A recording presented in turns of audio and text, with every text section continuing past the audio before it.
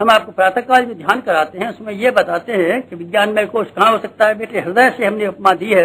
हृदय चक्र, ब्रह्म चक्र को हमने विज्ञानमय कोश का आधार केंद्र बताया है। और उसमें से जब हम आपको अंतिम में ध्यान कराते हैं तो हम आपको ये कहते हैं सहृदयता जागृत, सज्जनता जागृत। ये क्या है? ये भी बेटे एक आदमी की योगाभ्यास है और ये भी तपश्चर्या है। सहृदयता का होना, हृदयवान होना।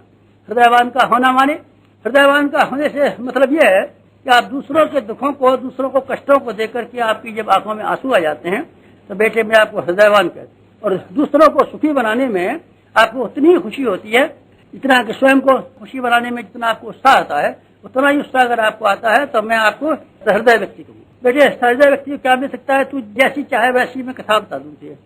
कहे तो मैं पुराणों की कथा बता दूं और कहे तू अभी की बता दूं, इतिहास की बता दूं।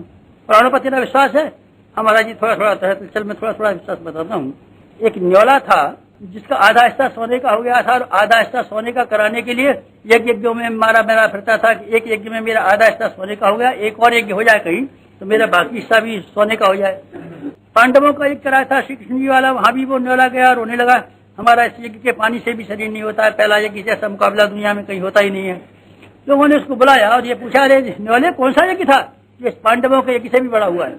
उन्होंने कहा एक यज्ञ, उसका किस्सा बताया। उसने कहा एक ब्राह्मण था, 7 दिन तक कोशिश करने के बाद में उस अकाल के दिनों में बड़ी मुश्किल से 4 रोटी का अनाज कमा करके लाया। 4 रोटी का अनाज कमा करके लाया और 4 रोटी से उसने चार हिस्से बना करके 4 रोटियां, एक अपनी थाली में और एक अपनी बीवी की थाली में, एक बच्चे की थाली में, एक कन्या की थाली में, चारों में रख दी। उन्होंने कहा 7 दिन बाद 1 रोटी मिली है। उसको एक ख्याल आया क्या हमसे भी ज्यादा कोई दुखी तो नहीं है, हमसे भी ज्यादा भूखा तो नहीं है, कोई ऐसा आदमी तो नहीं है जिसका प्राण निकल जाए इस अनाज के बिना। इसलिए हम तो अभी केवल 7 दिन से ही मिला है, हम तो और भी जिंदा रह सकते हैं। जिसका प्राण निकल रहा होगा उसका हक पहले है।